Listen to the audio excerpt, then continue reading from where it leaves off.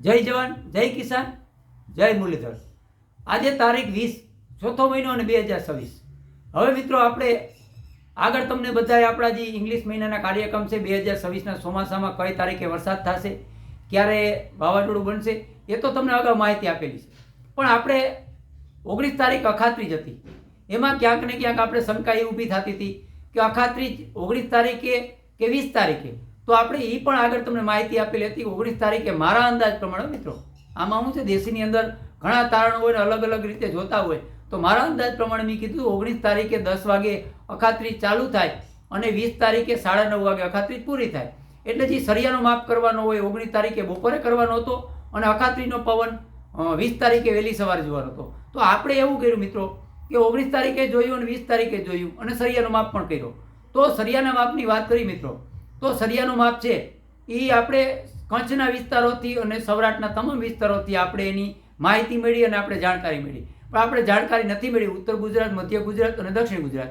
પણ મારો અનુભવ છે એ હું તમને શેર કરું, કેટલા વર્ષથી હું સરિયાનો માપ કરું અને સરિયામાં આ રીતે પડછાયો પડતો હોય તો કેટલા ઇંચ વરસાદ થાય। તો આપણે મિત્રો ઓલ ગુજરાત સૌરાષ્ટ્રની અંદર તારણ આપીએ તો દક્ષિણ ગુજરાતની અંદર તો વરસાદ બધા જાણે જ છે કે ઓલ ગુજરાત સૌરાષ્ટ્રથી દક્ષિણ ગુજરાતના અમુક ભાગોની અંદર વરસાદ વધારે થતો હોય બીજા વિસ્તારોથી। પણ આજ ફેરે ઉત્તર ગુજરાત, મધ્ય ગુજરાત અને કચ્છ અને સૌરાષ્ટ્ર, એમાં સૌરાષ્ટ્રના આપણે બે ભાગ કરી, દક્ષિણ સૌરાષ્ટ્ર અને પશ્ચિમ સૌરાષ્ટ્ર।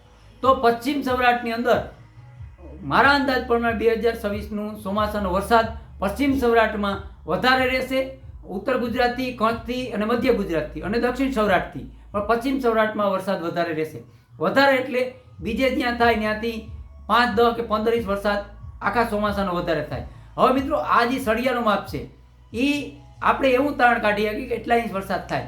પણ એનો મતલબ એવું નહીં એ 2 મહિનાની અંદર થઈ જાય, 1.5 મહિનાની અંદર, 2.5 મહિનાની અંદર પણ એ વરસાદ એક કઠ્ઠો પડી જતો હોય અને એ જે આપણે માપ કરતા હોય અને આપણે કહેતા હોય એમાં 50-70 કિલોમીટરની રેન્જ સુધીમાં થતું હોય। ક્યાંક માની લ્યો કે આપણે પશ્ચિમ સૌરાષ્ટ્રમાં મારા અંદાજ પ્રમાણે 50 ઇંચથી 60-65 ઇંચ વરસાદ થાય એવું આપણે સરિયાના માપમાં લાગ્યું કે 50 ઇંચથી 60-65 ઇંચ વરસાદ થાય પશ્ચિમ સૌરાષ્ટ્રમાં। પછી આપણે દક્ષિણ સૌરાષ્ટ્રના અન્ય બીજા સૌરાષ્ટ્રના, મધ્ય સૌરાષ્ટ્ર આપણે કહી એમાં બધું આવી જાય, આખું સૌરાષ્ટ્ર આવી જાય। તો એમાં મારા અંદાજ પ્રમાણે 45થી 55 ઇંચ વરસાદ થશે સૌરાષ્ટ્રના બીજા ભાગમાં। પછી આપણે કચ્છની વાત કરીએ તો કચ્છમાં 40થી 50 ઇંચ વરસાદ થાય તેવી શક્યતા છે મિત્રો। અને ઉત્તર ગુજરાતની વાત કરીએ તો ઉત્તર ગુજરાતની અંદર પણ ક્યાંક ને ક્યાંક 35 ઇંચથી 45 ઇંચ અને અમુક સેન્ટરમાં 50 ઇંચ થાય તેવી શક્યતા છે। મધ્ય ગુજરાતની અંદર પણ 35થી 45 ઇંચ વરસાદ થાય તેવી શક્યતા છે। અને દક્ષિણ ગુજરાતની અંદર તો કદાચ 70-75 ઇંચ વરસાદ થાય તેવી પણ શક્યતા છે। પણ ત્યાં આપણે દક્ષિણ ગુજરાતના તમામ વિસ્તાર કહી તો 55થી 75 ઇંચ વરસાદ થાય 2026ની અંદર એવી શક્યતા છે મિત્રો। એટલે આ જે સરિયાનો માપની વાત છે એ હું ઘણા વર્ષથી અનુભવ કરતો, સરિયાનો જે માપ હોય એથી 5 ઇંચ વધારે થાય, 5 ઇંચ ઓછો થાય, આવી ઘટના બનતી હોય, એ મારો અનુભવ છે મિત્રો। પછી મિત્રો ઘણા એમ કહે છે કે સરિયાનો માપ છે કિશોરભાઈ કે દુષ્કાળ પડ્યા હોય ત્યારે શું પડછાયો ના પડ્યો હોય।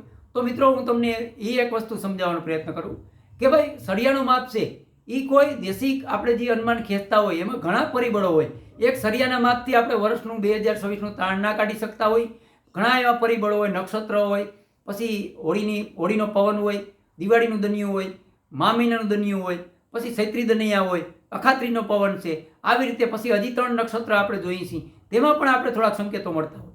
પણ આપણે આગતરા ઇંદ્રાણ તરીકે થોડુંક અનુમાન ખેંચી લેતા હોય કે એ નક્ષત્રમાં આવું થશે એટલે આપણે એની માહિતી અખાત્રીજ પછી આપી શકતા હોય।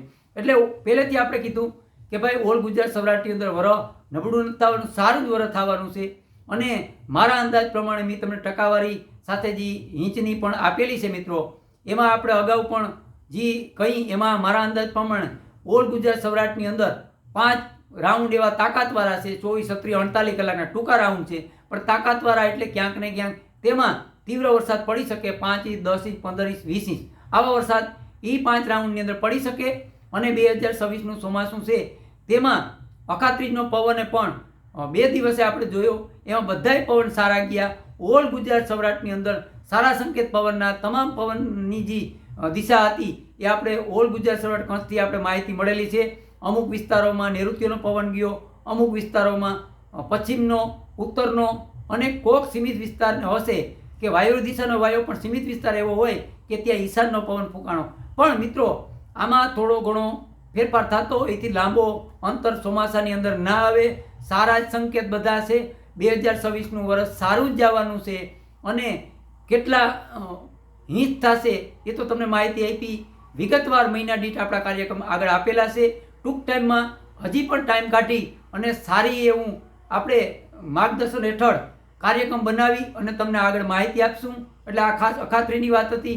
અખાત્રીના સારા સંકેત છે અને જેટલો બને એટલો મિત્રો મારા વિડીયોને શેર કરજો, સબસ્ક્રાઈબ કરી લાઈક કરજો અને તમારા વિસ્તારમાં કેવો પવન ગયો અને કેટલો સૂર્યનો માપ હતો તે પણ કમેન્ટમાં કરજો, જેથી કરતાં મારાથી ક્યાંય માહિતી ન મળી અને વંચિત રહી ગયા હોય તો વિસ્તારની મને જાણકારી મળે.